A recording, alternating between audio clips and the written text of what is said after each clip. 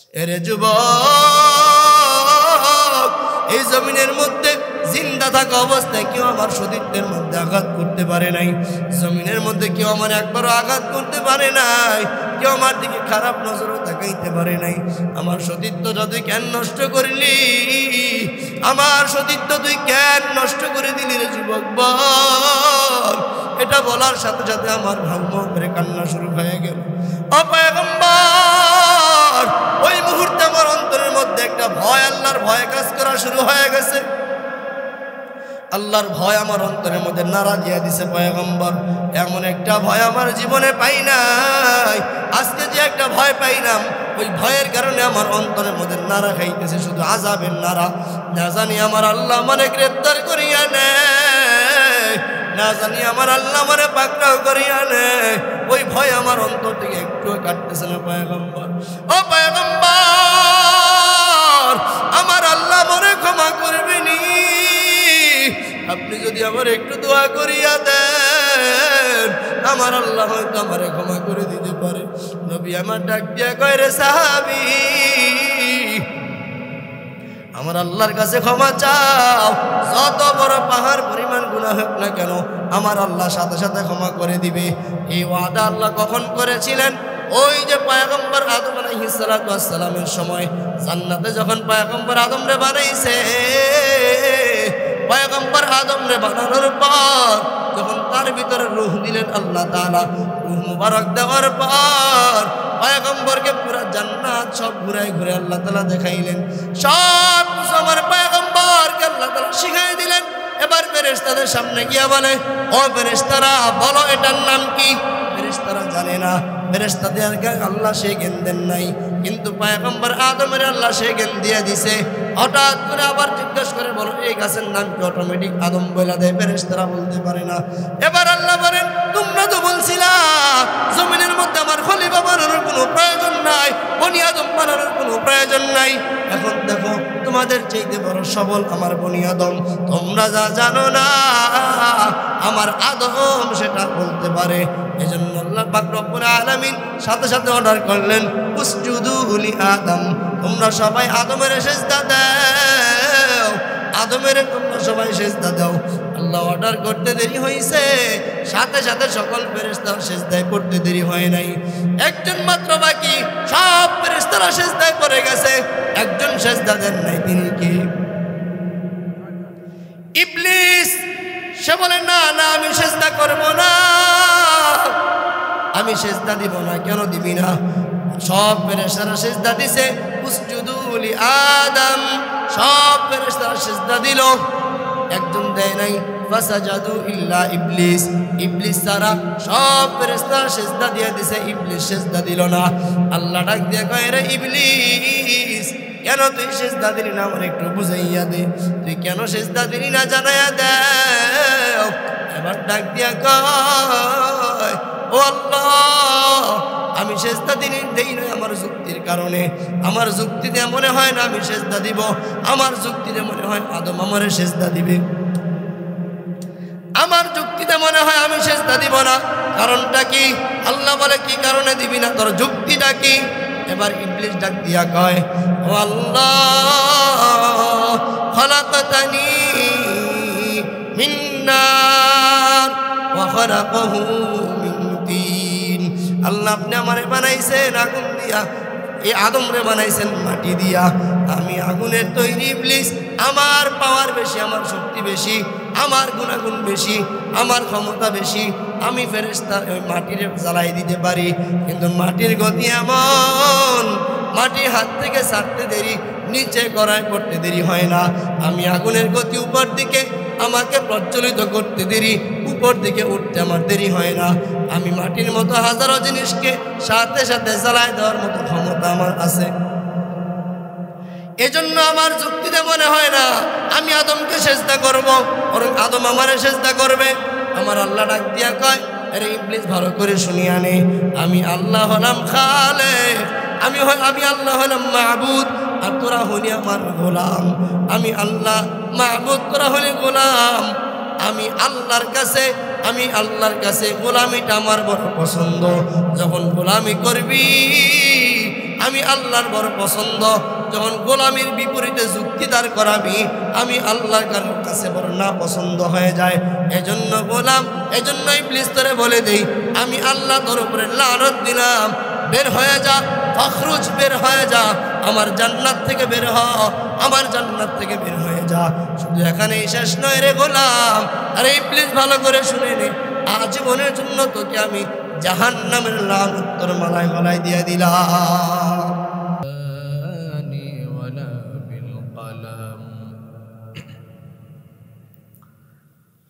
ونشهد أن لا إله إلا الله وحده لا شريك له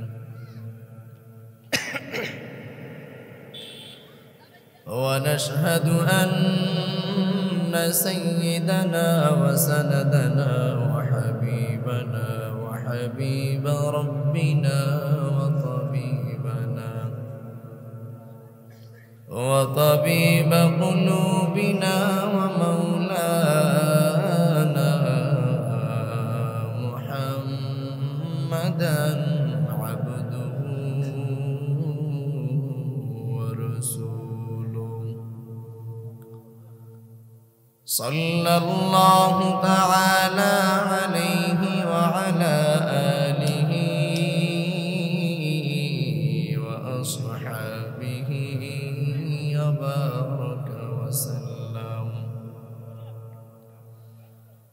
وبارك وسلم تسليما كثيرا كثيرا. الذي أرسله الله تعالى بالحق بشيرا ونذيرا وداعيا إلى الله بإذنه وسراجا منيرا.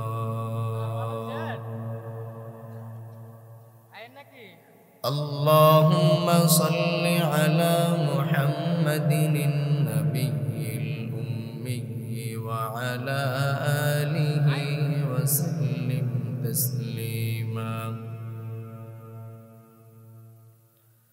وبعد فأعوذ بالله من الشيطان الرجيم.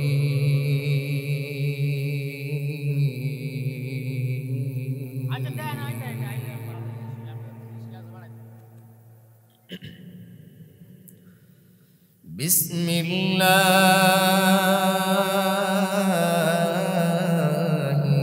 الرحمن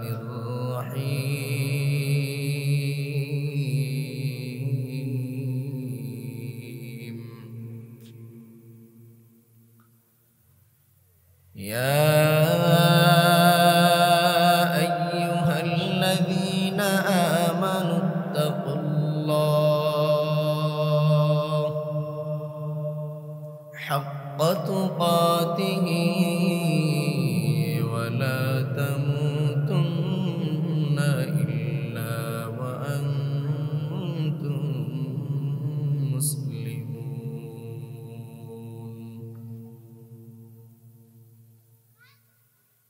وقال النبي صلى الله عليه وآله وسلم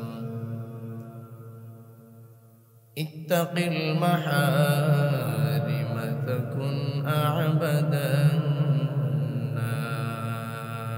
الناس أو كما قال النبي عليه الصلاة والسلام.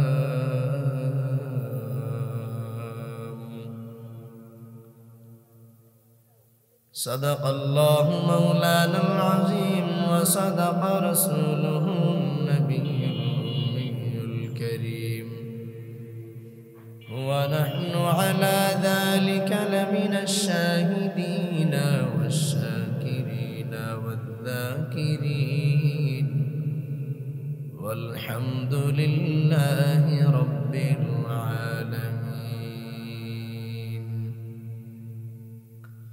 اللهم صل على روح محمد في الأرواح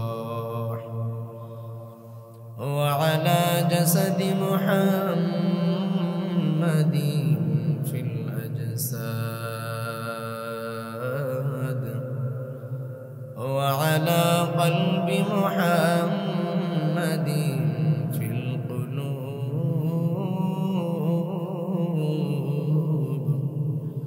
وعلى قبر محمد في القبور.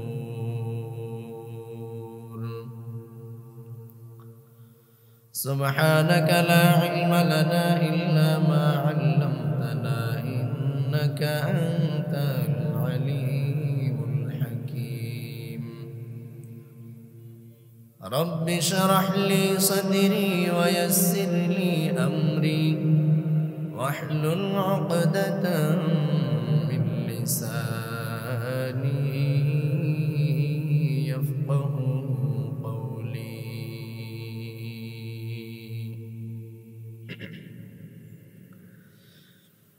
دن کی سورج کی ڈوب رہی ہے ہم لوگوں کی سامنے. دن کی سورج کی ڈوب رہی ہے ہم لوگوں کی سامنے. روز محشر کیا جواب ہے مصطفیٰ کی سامنے. سورج نے دیا اپنے شعاعوں کو یہ پیغام. سورج نے دیا اپنے شعاعوں کو یہ پیغام. دنیا ہے عجب چیز کبھی صبح کبھی شام. دنیا ہے عجب چیز کبھی صبح کبھی شام. دنیا میں ہو دنیا کا طلبگار نہیں ہو. دنیا میں ہو دنیا کا طلبگار نہیں ہو. بازار سے گزر ہو خریدار نہیں ہو. بازار سے گزر ہو خریدار نہیں ہو. الفت میں برابر کے وفا ہو کہ جفا ہو. الفت میں برابر کے وفا ہو کہ جفا ہو. ہر چیز میں لذت ہے اگر دل میں مزہ ہو. ہر چیز میں لذت ہے اگر دل میں مزہ ہو. لا الہ الا اللہ لا الہ الا اللہ.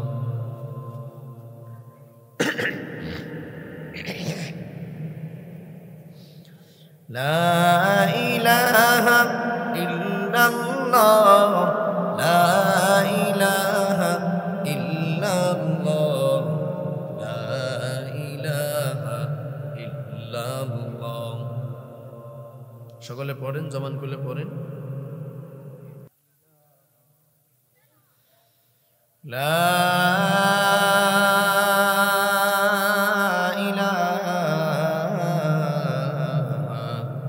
إلا الله محمد رسول الله صلى الله عليه وسلم. الحمد لله. চারিগাঁও শান্তিনগর বাইতুল নূর জামে মসজিদের উন্নতি কল্পে ও এলাকাবাসীর উদ্যোগে ষষ্ঠ বার্ষিক ইসলামী মহাসম্মেলনের 26শে ফেব্রুয়ারি 2025 আজ বুধবার অদ্য মাহফিলের দ্বিতীয় অধিবেশনে আল্লাহ পাক রব্বুল আলামিন আমাদের সকলকে আসার বসার তৌফিক দান করেছেন. আমলের নিয়তে কিছু কথা বলার শোনার তৌফিক দান করেছেন. এজন্য রব্বে কারীমের দরবারে শুকরিয়াতান স্বরূপ কালিমাতুশ শুকর, জবান খুলে দিল খুলে ইমানের আওয়াজকে উঁচু করে উচ্চ কণ্ঠে সকলে একবার সমস্বরে চিল্লায় পড়ি আলহামদুলিল্লাহ।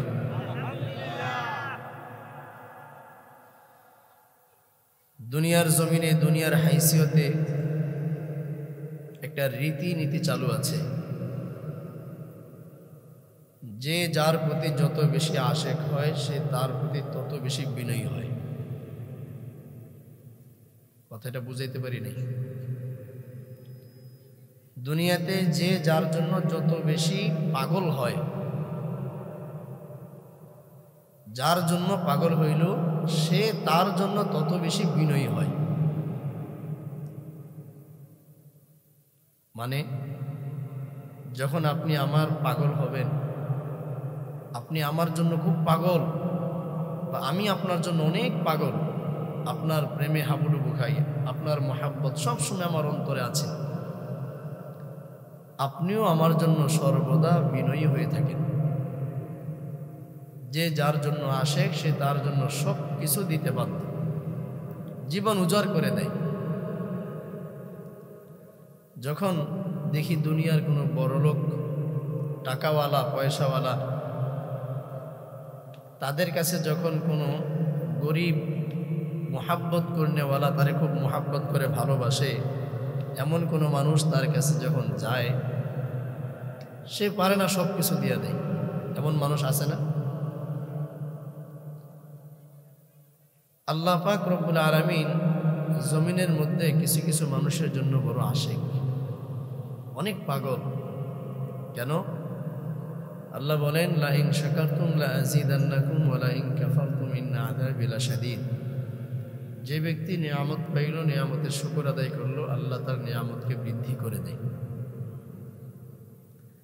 যখন কোনো বান্দা আল্লাহ পাগল হয়ে থাকে, ওই বান্দা সর্বদা সবসময় আল্লাহর নামের জবানের জিকির তার অন্তরে থাকে, ঠিক না বেঠিক? যখন কোনো বান্দা আল্লাহর বড় প্রিয় পাগল হয়ে থাকে, তখন ওই বান্দার প্রতিও আল্লাহ তাআলা উজাড় করে বান্দার জন্য সব কিছু দিয়ে দেয়। বান্দা চাইতে না চাইতে আল্লাহ সব কিছু দিয়ে দেয়। ঠিক আমরাও যদি আল্লাহ তাআলার বড় প্রিয় পাগল হতে পারি, আশেক হতে পারি, তাহলে অটোমেটিকলি আল্লাহ পাকের সকল নিয়ামতের শুকরিয়া আমাদের জবান থেকে অটোমেটিক বেরিয়ে আসবে, ঠিক না বেঠিক? আজকের এই মাহফিলের এই মজমাটা অত্যন্ত দামি একটা মজলিস, অনেক দামি মজলিস।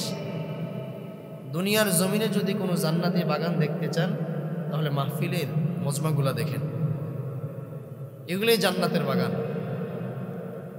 যে মজলিসের মধ্যে আল্লাহ পাকের কালামের আলোচনা করা হয়, যে মজলিসের মধ্যে রাসূল করিম সাল্লাল্লাহু আলাইহি সাল্লামের গুণগান গাওয়া হয়, ওই মজলিস দামি হবে না তো মমতাজের গানের স্টেজ দামি হবে? হ্যাঁ, কথা বলেন। তাই মাহফিলের মজলিসগুলো দামি না? সংক্ষেপে ছোট্ট করে একটা উদাহরণ দিয়ে বুঝবেন। এক লোক আয়না বানাইছে, আয়না চিনেন তো, যেটার মধ্যে নিজের চেহারা দেখা যায়। যখন কোনো আয়না ছিল না তখন একজন আয়না যখন বানাইলো, সে আয়নার দেখতেছে, আয়না যখন সামনে নিছে, সামনে নিয়ে দেখতেছে আয়নার মধ্যে তারই মতন একজন মানুষ দেখা যায়। তো যে আয়নাটা বানাইছে সে যখন চেহারা সামনে ধরছে, তার ভিতরে আরেকটা মানুষ দেখা যায়, তার মতন চেহারা, নিজে নিজে অনুভব করতেছে। আবার তার বাবার মতো কিছুটা চেহারা দেখা যায়। বেচারা চিন্তা করতেছে আর বলতেছে, আরে আমার বাবা এতদিন পরে আমার সঙ্গে সাক্ষাৎ করার জন্য আসছে। আয়নার সামনে নিয়ে বলতেছে তার বাবা তার সাথে সাক্ষাৎ করতে আসছে। তো এই বেচারা প্রত্যেক দিন ঘুমানোর আগে বালিশের নিচ থেকে আয়নাটা বের করে আর সামনে নিয়ে একটু কথা কয়, কান্নাকাটি করে, আবার থুয়ে দেয়, তারপর ঘুমায় যায়। তো এটা আবার খেয়াল করতেছে তার বিবি, তার বউ এটা কয়দিন ধরে খেয়াল করতেছে যে বেচারা কান্দে, কি একটা হাতে নেয়, নিয়ে দেখে দেখে কান্দে, কথা কয়, একলা একলা কথা কয়, কার সাথে কথা কয়, দেখে থুইয়া দেয়, থুইয়া আবার ঘুমায় যায়। তো বিবি একদিন চিন্তা করতেছে, আমি আজকে দেখবো এটার মধ্যে কি আছে, যে আমার জামাই যে কান্দে, কিসের লেগে কান্দে, আমি একটু দেখবো। তো বেচারি সকালবেলা যখন স্বামী ঘর থেকে বেরিয়ে গেছে, কাজে চলে গেছে। তো বিছানার পাশে গিয়ে আয়নাটা বেচারি হাতে নিছে, হাতে নিয়ে দেখতেছে তার মধ্যে একটা যুবতী নারীর ছবি দেখা যায়। সে তো আর জানে না এটার মধ্যে তার ছবি দেখা যায়। এবার সে চিন্তা করতেছে, হায় হায়, আমার জামাই আরেক বেডির লোকে প্রত্যেক দিন দেখে দেখে কাম দেওয়ার কথা কয়, আর আমার কোনো টাইম দেওয়ার কোনো খবর নাই, এটা তো হইতে পারে না। এবার ডাক দিছে শাশুড়িরে, আম্মা। কি বলো, কি হয়েছে? কাম তো হয়ে গেছে। কি হয়েছে? দেখেন আপনার ছেলে কি করতেছে, তলে তলে তলে তলে বেল ভাঙ্গে, আমরা জানি না আসলে কি। দেখি, দেখেন এই যে এটার মধ্যে একটা মাইয়ার ছবি, এটা দেখে দেখে প্রত্যেক দিন আপনার ফলায় কান্দে, রাইতে কান্দে কাইতে কথা পেয়ে পরে ঘুমায়। তাই নাকি? দেখি। এবার বুড়ি শাশি আয়নাটা হাতে নিয়ে দেখে একটা বুড়া বেডির ছবি দেখা যায়। তো আয়নার মধ্যে বুড়া বেডির ছবি না, যে দেখছে, যে তাকাইছে তার ছবি দেখা যায়। তো যে বুড়ি, হে তো আয়না হাতে নিচে দেখতেছে, তার ছবি দেখা যায়। এবার চিন্তা করে বেরিয়ে, হাই রে হাই কপাল, পোলাটা আমার বিয়ে করছে করছে ভালো কথা, একটা জুয়ান দেখে করতো, আমার তো বুড়ি দিদি দেখা যায়। কথা কোন বুঝেন নাই ব্যাপারটা? তো আয়নার ভিতর যে আয়না বানাইলো, আয়নার ভিতর সব কিছু কি হয়, রেকর্ডিং এর মতো জমা হয়। অর্থাৎ যে তার সামনে ধরবে এটার মধ্যে তাকিয়ে দেখা যাবে। আজকে যে চারিগাঁও শান্তিনগর একটা ময়দানের মধ্যে, মাহফিলের ময়দান, জান্নাতের বাগান সাজানো হয়েছে। এই জান্নাতের বাগানে কে কে আসছে আর কে কে আসে নাই, কয়জন মাহফিলে ঢুকছে, কয়জন মেলায় ঘুরতেছে, আর কয়জন রাস্তাঘাটে ঘুরতেছে, কয়জন ব্রিজের উপরে বসে আড্ডা দিতেছে, কাল কিয়ামতের ময়দানে আল্লাহ পাক একটা আয়না ধরবে সামনে। দেখো এই যে আয়না, এই আয়নার ভিতরে জমিনের মধ্যে কে কোথায় কি করছো, আমার এই আয়নার ভিতরে সব রেকর্ডিং করা আছে। এবার তাকায় তাকায় দেখো, সুবহানাল্লাহ। এজন্য আজকের মজমাটার দামি না কম দামি? তো যারা আসতেছে না এখন পর্যন্ত, তাদের কপাল ভালো না খারাপ? এজন্য আমরা দোয়া করি সকলের কপাল যেন ভালো হয়ে যায়, ঠিক না ভাই? আল্লাহ সকলকে মাহফিলে আসার তৌফিক দান করেন, বলেন আল্লাহুম্মা আমিন। মুহতারাম হাজিরিন,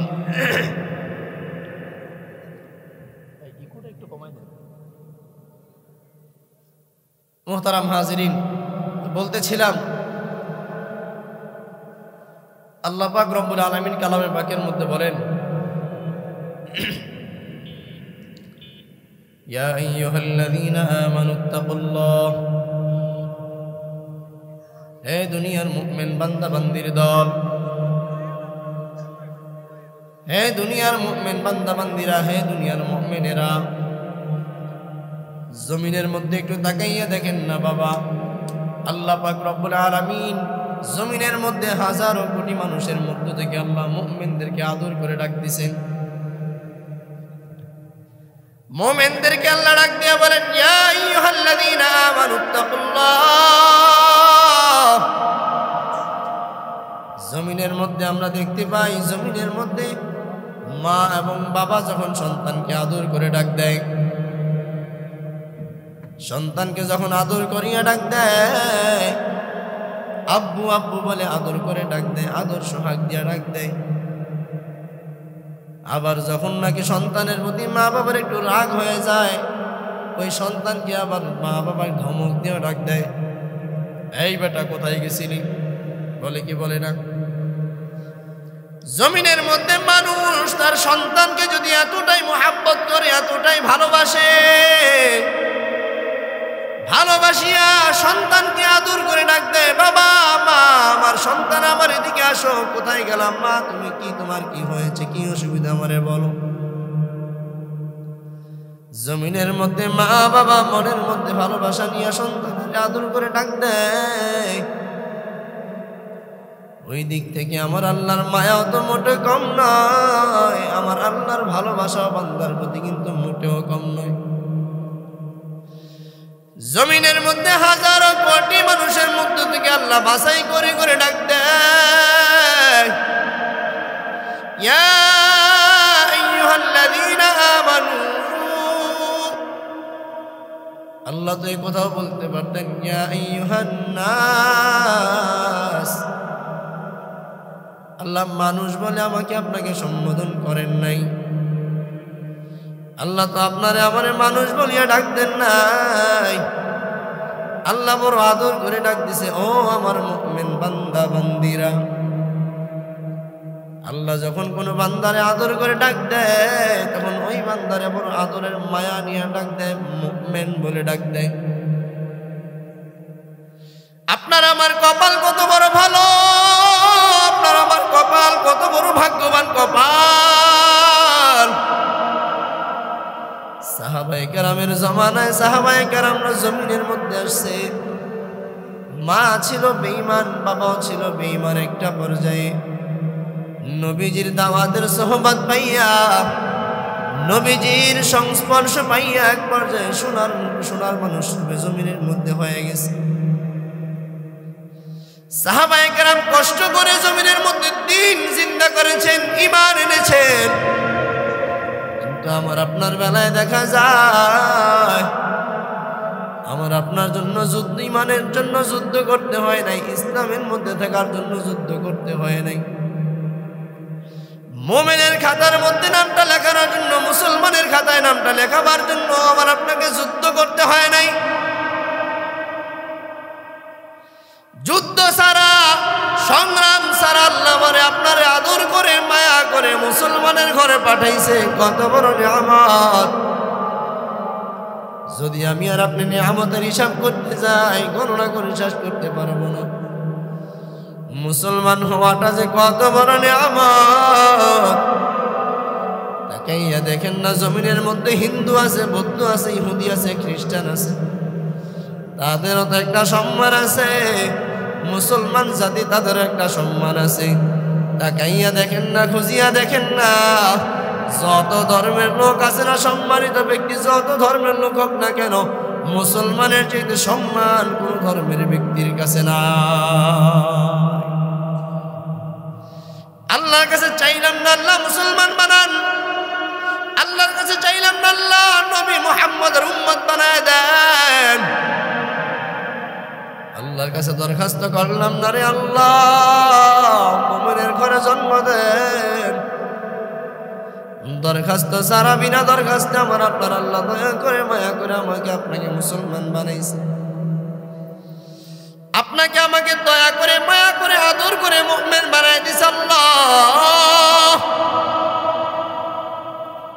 কত বড় নিয়ামত!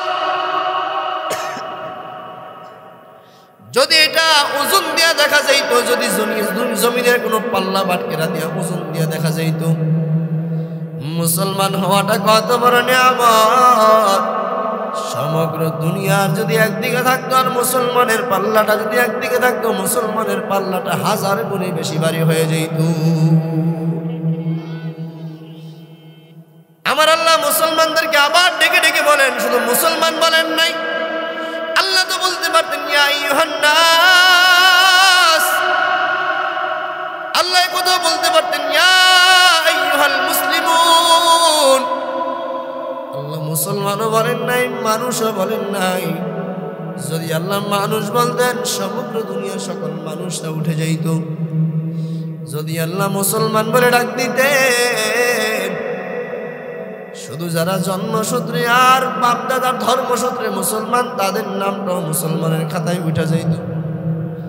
কিন্তু আল্লাহ না না, কত সুন্দর করে বাছাই করে আল্লাহ খাস ভাবে ডাক দিছে, বড় আদর করে ডাক দিছে, ইয়া আইয়ুহাল্লাযীনা আমানু, ও দুনিয়ার মুমিন আমার বান্দা বান্দির দল, ইত্তাকুল্লাহ।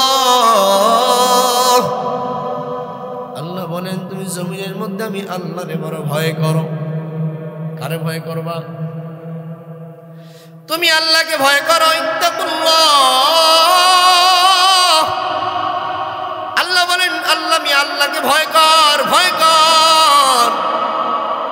ভয়ের মধ্যে কত প্রকার আছে ভয়। আমরা মানুষেরাও তো ভয় করি, মানুষও তো মানুষরে ভয় করে, কি করে না? একজন মানুষ কিন্তু ডাকাতের বড় ভয় পায়, সন্ত্রাসীরা বড় ভয় পায়, খুনিদেরকে বড় ভয় পায়, রাহাজানি যারা করে তাদেরকেও কিন্তু বড় ভয় পায় কি পায় না? যদি ভয় না পাইতো ঘরের দরওয়াজা খুলিয়া রাতের বেলা নাক টানিয়া ঘুমাইতে পারতো। কিন্তু আজকে দিনের বেলা বড় নিরাপদ নয়, দিনের বেলা ওপেন রাহাজানি চিন্তায় চুরি ডাকাতি হয় কি হয় না? এটার একটা ভয়ের একটা প্রকার আছে। ভয় কারা করে? আল্লাহরে ভয়। মুমিনেরা আল্লাহরে ভয় করে, বেঈমানও তো ভয় করে। মাঝে মাঝে হিন্দুর মুখে শোনা যায় আমি আল্লাহরে ভয় পাই, কিন্তু মুখ দিয়া বললে কি হবে? অন্তরে তার খোদার প্রেম নাই। ঠিক না বেঠিক? একজন নামাজিয়া বলে আল্লাহরে ভয় পাই, একজন বেনামাজিও বলে আল্লাহরে বড় ভয় পাই, একজন ডাকাতও বলে ভয় পাই, একজন সাধারণ মানুষও বলে আমি আল্লাহরে ভয় পাই। এই ভয়ের মধ্যে পার্থক্য আছে না নাই? আজকে আমরা যারা এখানে আসছি আমরা সবাই পক্ষে নামাজ পড়ে আসছি, ঠিক না বেঠিক? কিন্তু এমনও বান্দা আছে আজকে ফজরের নামাজ পড়ে নাই, জোহরের নামাজ পড়ে নাই, আসরের নামাজও পড়ে নাই। ফজরের সময় মুয়াজ্জিন ডাকছে আসসালাতু খায়রুম মিনান নাউম, কিন্তু বান্দা ভালো করে নাকের মধ্যে আরো ভালো করে মাথার মধ্যে কম্বল পেঁচাই দিয়া ঘুমাইছে। জোহরের সময় ডাক দিছে মুয়াজ্জিন হাইয়া আলাস সালাহ, আসরের সময় ডাকছে হাইয়া আলাল ফালাহ। নামাজের জন্য আসো, কল্যাণের জন্য আসো, কেউ ডাকে সাড়া দিল না। এমনও বান্দা আছে আজকে এই মজলিসের মধ্যে বসা আছে, ফজর পড়ে নাই, জোহর পড়ে নাই, আসর পড়ে নাই, মাগরিব পড়ে নাই, এমনকি এশাও পড়ে নাই। সে তাকেও যদি জিজ্ঞাসা করা হয় ভাই তুমি কি আল্লাহর ভয় পাও, বলে সবার আগে হাত তুলবে, পারলে পাওটা সহ দুইটা দেখাবে আমি ভয় পাই। আর একজন নামাজি ব্যক্তিরে যদি জিজ্ঞাসা করা হয় তুমি কি আল্লাহরে বড় ভয় পাও, বলে হ্যাঁ ভয় পাই। এই দুইজনের ভয়ের মধ্যে পার্থক্য আছে না নাই? একজন ব্যক্তি সাপ দেখলে বড় ভয় পায়, সাপ সামনে আসলে ভয়, আমি সাপের কাছেও যেতে পারি না, সাপের ধারে কাছেও যেতে পারি না, ভয় কামড় দিবে। সাপের কাছেও যায় না, সাপ ধরেও না, দেখেও না, দূরে সরা যায়। সাপ দেখলে ঘরের মধ্যে দরজা লাগায় বসে থাকে। আরেকজন বলে আমি সাপের ভয় পাই, পিছন দিক দিয়ে ঘুরিয়া সাপের মাথায় চাপ দিয়া ধরে। আছে না নাই? যে বললো আমি সাপের ভয় পাই সাপের মধ্যে হাত দিল, আর যে বললো আমি সাপের ভয় পাই সে ঘরের মধ্যে দরজা লাগায় লুকায় রইল। দুইজনের ভয়ের মধ্যে পার্থক্য আছে না নাই? ঠিক তেমনি ভাবে বেনামাজি, বেরোজাদার, বেআমল, দাড়ি চাটুন্নাওয়ালা, বেপরদায় চুলনেওয়ালা, সেও বলে আমি আল্লাহরে ভয় পাই। আরেকজন আল্লাহর ভয়ের কারণে, জাহান্নামের ভয়ের কারণে নবীর সুন্নতের মধ্যে আঘাত করতে পারে না, নবীর বিরুদ্ধে কথা বলতে পারে না, নামাজও ছাড়তে পারে না, ফরজ তো দূরের কথা, না জানি নফল আমার থেকে ছুটে যায় চিন্তা। ওই ব্যক্তি বলে আমি আল্লাহরে ভয় পাই। বলেন না বাবা, দুইজনের ভয়ের মধ্যে পার্থক্য আছে না না? এজন্যই তো আমার আল্লাহ বলেন ইয়া আইয়ুহাল্লাযীনা আমানুত্তাকুল্লাহ, হে দুনিয়ার মুমিন বান্দা বান্দিরা আমি আল্লাহরে ভয় করো। কেমন ভয় করবা? হাক্কা তুকাতিহ, বলে এমন ভাবে ভয় করো, ভয় করার মতো ভয় করো যেমন নাকি সাপের ভয়ে ঘরের মধ্যে দরজা লাগাইছো, সাপের ভয়ে ঘরের মধ্যে তালা লাগাইছো, ঠিক তেমনি ভাবে রে বান্দা আল্লাহর ভয় এমন ভাবে অন্তরের মধ্যে ঢুকাইয়া নাও, যখন নাকি গুনাহ করতে যাইবা মনে করবা আমার আল্লাহ মনে তাকায় দেখতেছে, যখন নাকি সুদ খাইতে যাইবা চিন্তা করবা আমার আল্লাহ তাকায় দেখতেছে, যখন নাকি ঘুষ খাইতে যাবা চিন্তা করবা আমার আল্লাহ তাকায় দেখতেছে, যখন নাকি অন্যের সম্পদ লুণ্ঠন করবা, রাহাজানি করবা, চিন্তাই করবা, চুরি করবা, ডাকাতি করবা, তখন মনে মনে ধারণা করবা আমার আল্লাহ দেখতেছে। জমিনের মধ্যে কেউ দেখতে পারে না, জমিনের মধ্যে আমার ক্ষমতার কারণে কেউ কিছু বলতে পারবে না, একমাত্র ক্ষমতার মালিককে। জোরে বলেন না আল্লাহ বলতে পারেন কি পারেন না? জমিনের মধ্যে আল্লাহ এমনও করতে পারেন। আল্লাহ বলেন জুলুম করবা কর, আমি আল্লাহর হাতের মধ্যে ঘুড়ির একটা ডোর আছে, ডোর আমি আল্লাহর হাতের মধ্যে আছে, আমি ঘুরি সাইরা দিলাম রে বান্দা যা। যখন আমি আল্লাহ ডোরে ধরে টান দিব, বান্দা দেখবি নারী বুড়ি সিরে সব আমার হাতের মধ্যে চলে আসবি, ঠিক না বেঠি? আল্লাহ বলেন জালেমের আমি ছাড় দেই, কিন্তু আমি আল্লাহ ছেড়ে দেই না। জুলুম করবা করো, জুলুমের একটা সীমানা থাকা দরকার। যখন জুলুমের সীমানা পার হয়ে যাবে আমার আল্লাহ কিন্তু অটোমেটিক আপনারে ধরে ফেলবে। এজন্যই তো আমার আল্লাহ বলেন জুলুম করিস না রে গোলাম। আমি আল্লাহ তোরে বানাইলাম কেন? আমি আল্লাহ তোরে কেন বানাইলাম? জমিনের মধ্যে আমি আল্লাহ কেন তোরে পাঠাইলাম রে বান্দা?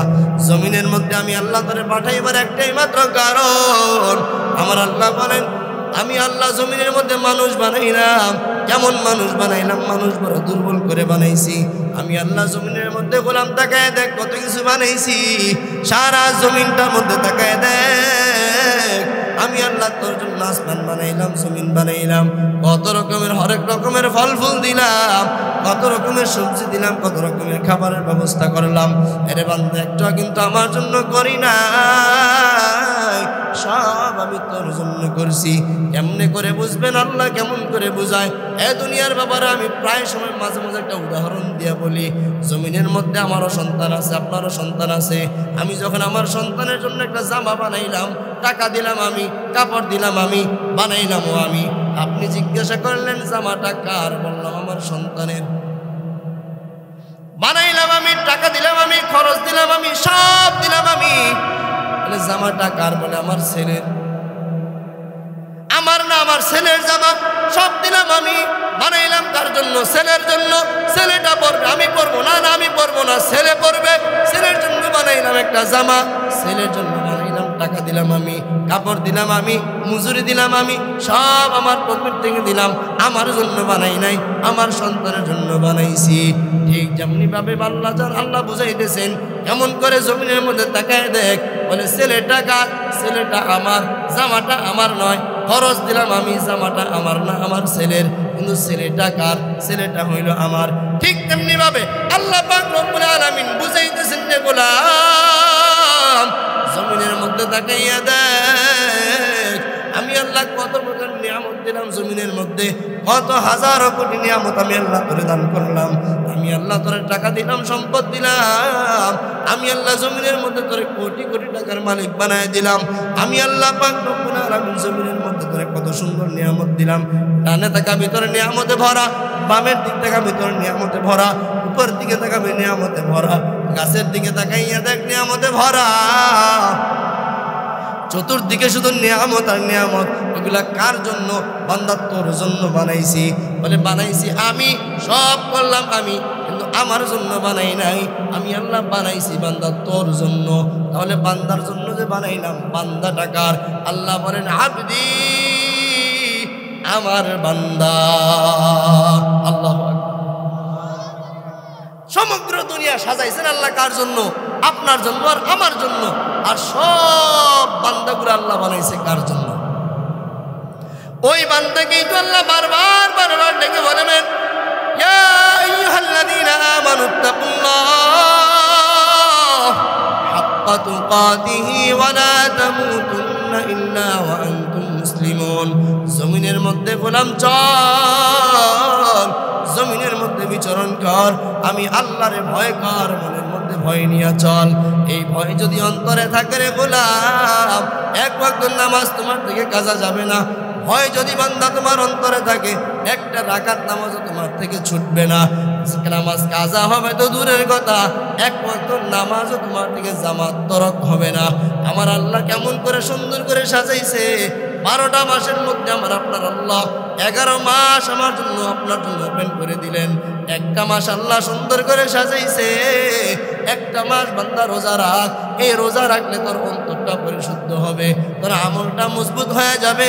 জমিনের থেকে ইবাদতের মাধ্যমে যখন পরকাল জিন্দেগিতে গমন করবা, আমি আল্লাহ তোর জন্য বানাইলাম জান্নাত, বেঈমানের জন্য বানাইলাম জাহান্নাম।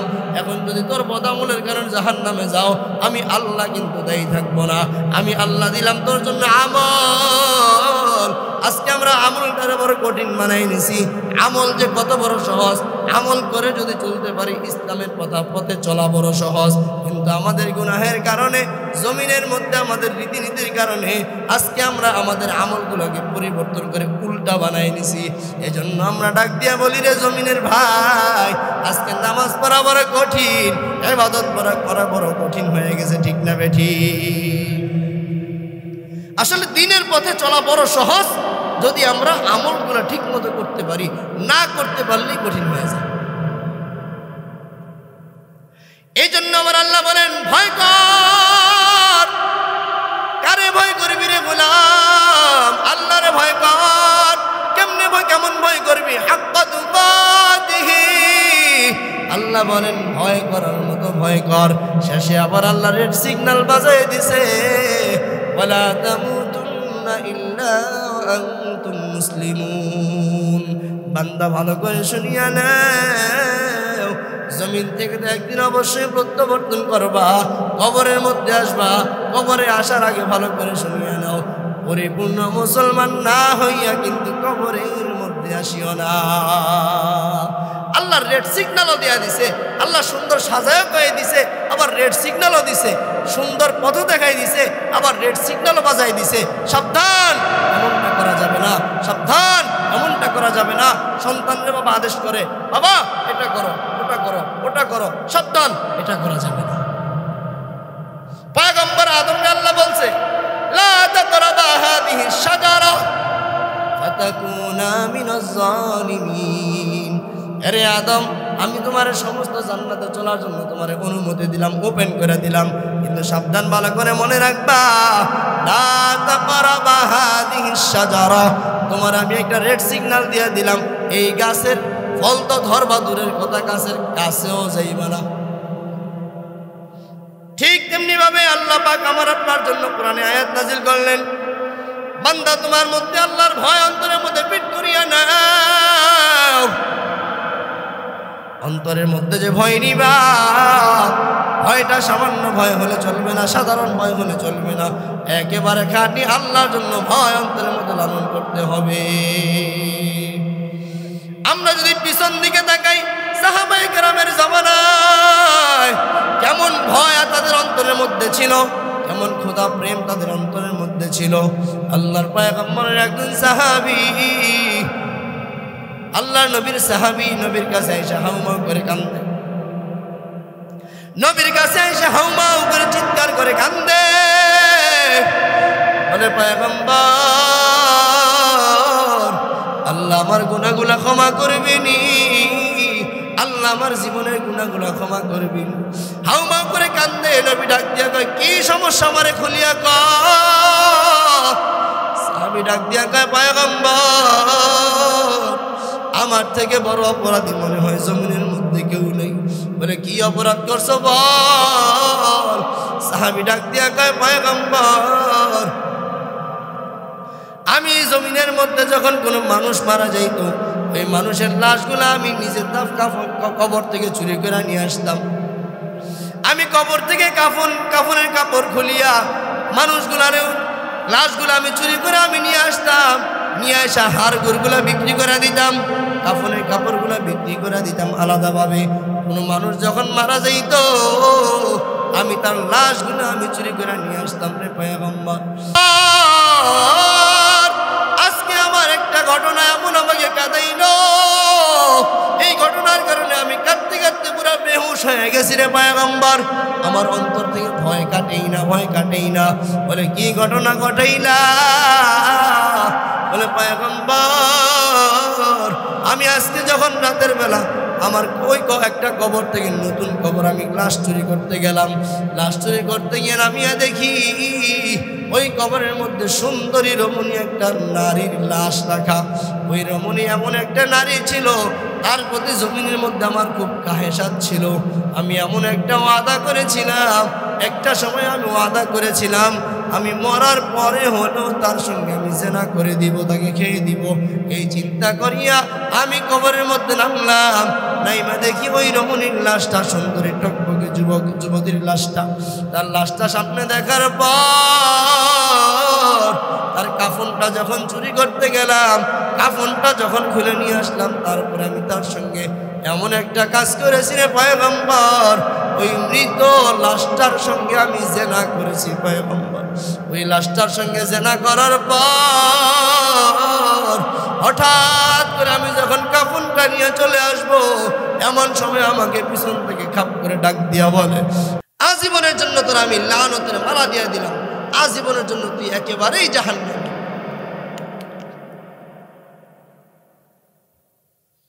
সারা জিন্দেগিতে আর জান্নাতের মধ্যে ঢুকতে পারবি না। বলে কেন? এই জন্য তোর লানত দিয়ে দিলাম, তুই জাহান্নামী হয়ে যাবে, তুই জাহান্নামী, তোর আর জান্নাতের মধ্যে ঢোকার কোনো সুযোগ নাই, তোর সুযোগ চিরতরে বন্ধ হয়ে গেছে। ইবলিস ডাক দিয়া কয়, আল্লাহ, আজকে যেহেতু আমি বনি আদমের কারণে জাহান্নামের মধ্যে জান্নাত থেকে বেরোইলাম, আমি ওয়াদা করে যাইতেছি আমি যে জাহান্নামে যাবই যাব, সাথে সাথে এই বনি আদমকে নিয়ে আমি জাহান্নামে যাব। কারণ যার জন্য আমি জান্নাতে থাকতে পারলাম না, তারেও আমি জান্নাতে থাকতে দিব না। এবার ইবলিস ডাক দিয়া কয়, আল্লাহ, আমি কিন্তু ওয়াদা করে গেলাম, আমার আল্লাহ ঘোষণা দিছে।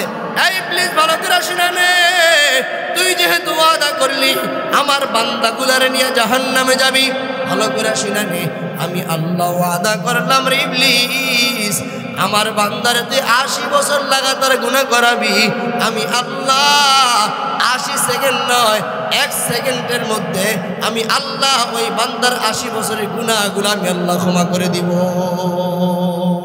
কেমনে দিবে, কেমনে দিবে?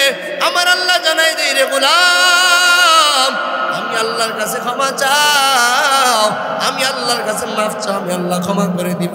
আল্লাহর কাছে বান্দা ক্ষমা চাইতে দেরি, যদি বান্দা 2 ফোঁটা চোখের পানি ফালায় আল্লাহর কাছে কান্নাকাটি করতে পারে, 2টা ফোঁটা চোখের পানি যদি আল্লাহর দরবারে হাজির নাজির মনে করে পানি ফালাইতে পারে, আল্লাহ বলে রে গোলাম, তোর চোখের পানিটা চোখের কোটা থেকে গড়াইয়া দাড়ি বসিয়া থোতার নিচে আসার আগে আগে আমি আল্লাহ তোর গুনাহগুলা মাফ করিয়া দিব।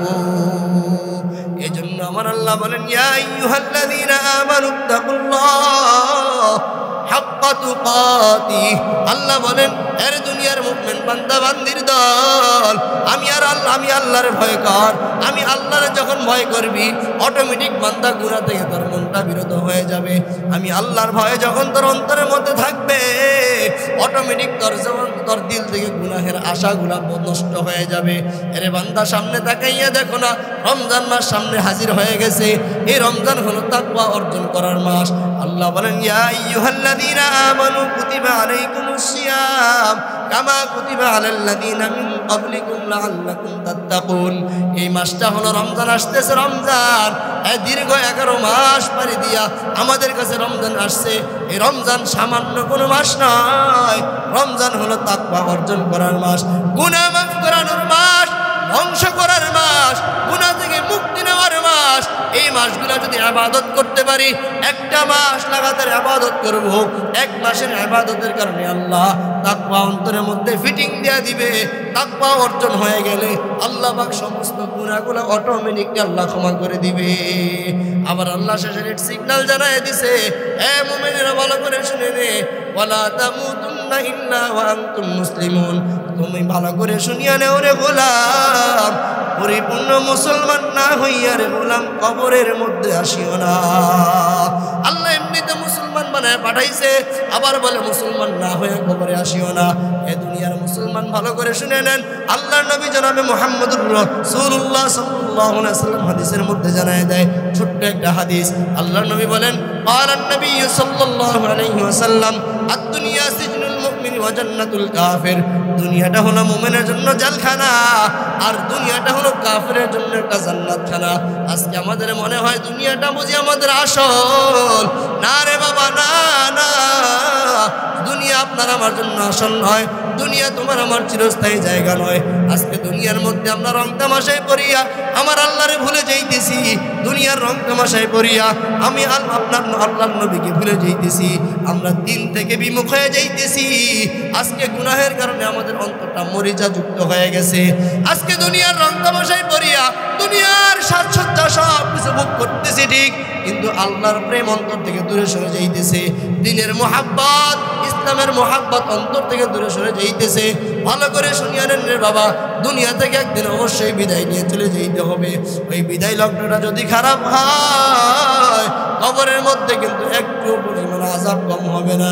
আল্লাহ পাক রব্বুল আলামিনের পয়গম্বর বলেন, এ দুনিয়ার মুসলমান আমার উম্মতের দল, ভালো করে শুনিয়ে নাও, যদি নেক আমল নিয়ে কবরে আসতে পারো, আমার তোমার জন্য কবরটা হবে জান্নাতের টুকরা।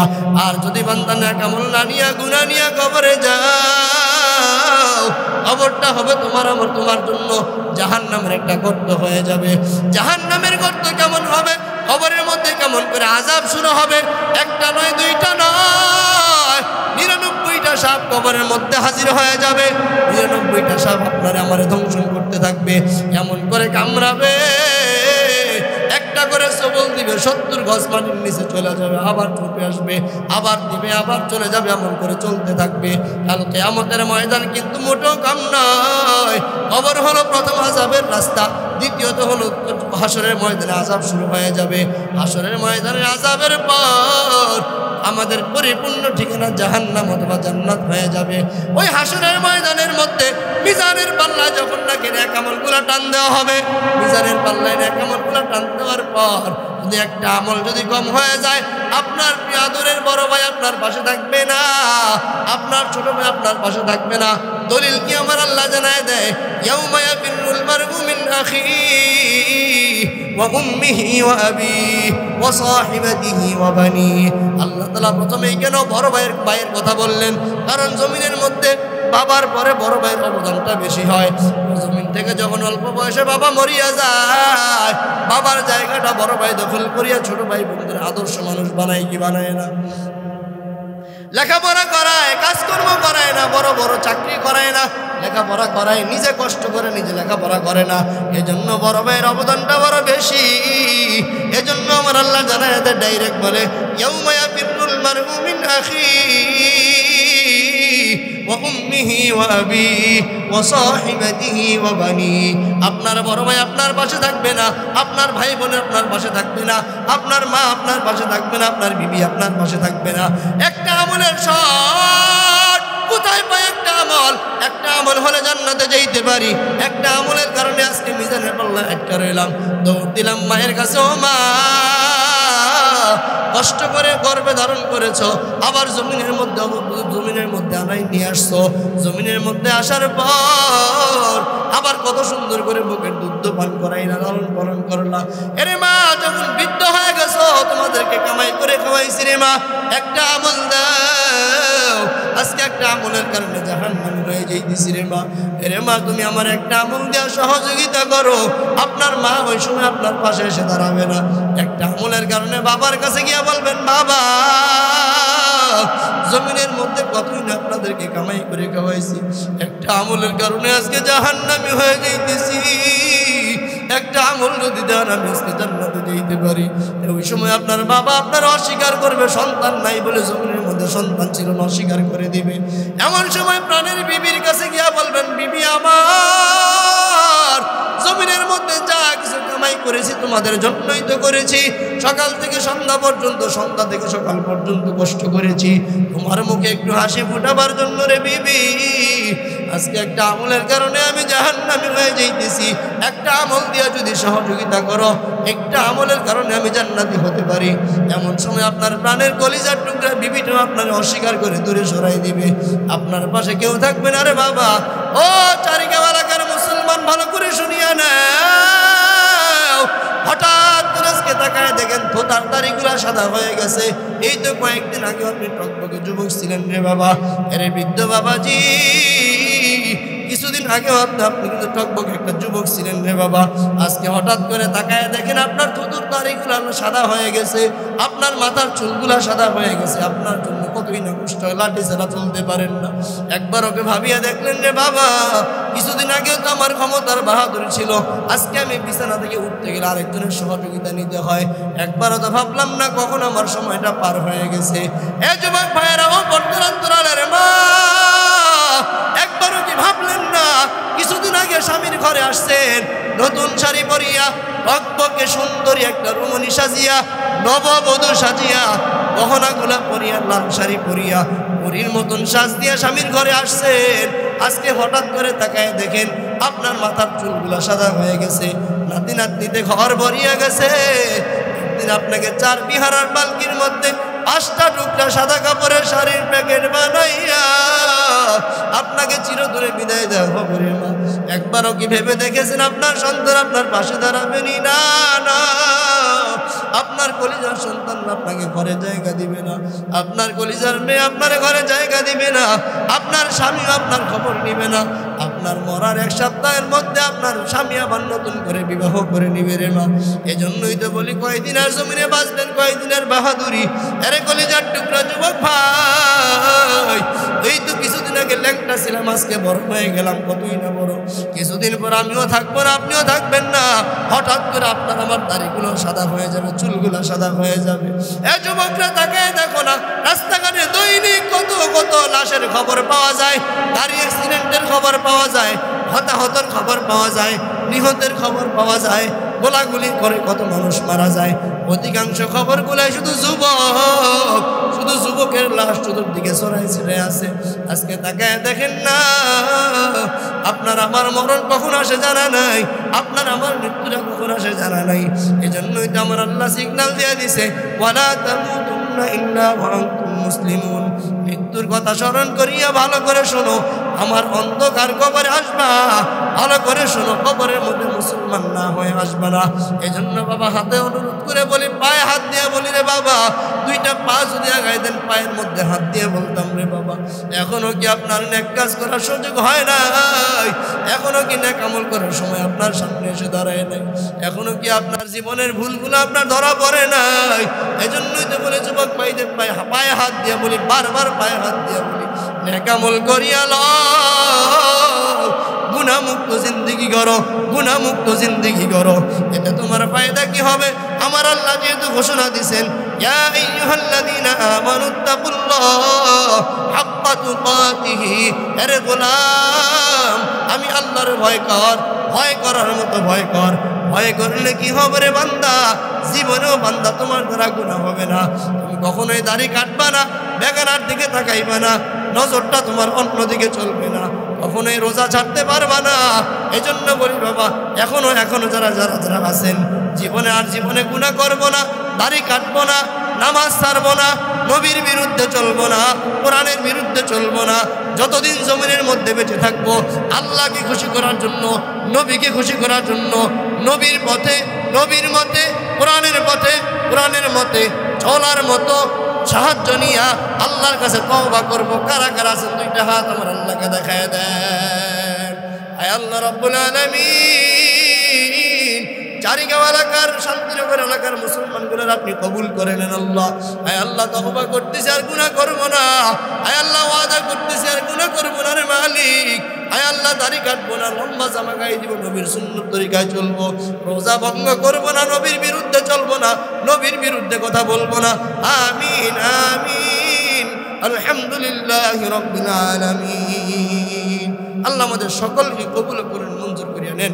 আল্লাহ আমাদের সকলকেই দ্বীনের পথে, রাসূলের পথে, রাসূলের মতে চলার মতো, আমল করার মতো তৌফিক দান করেন। ওয়া আখিরু দাওয়ানা।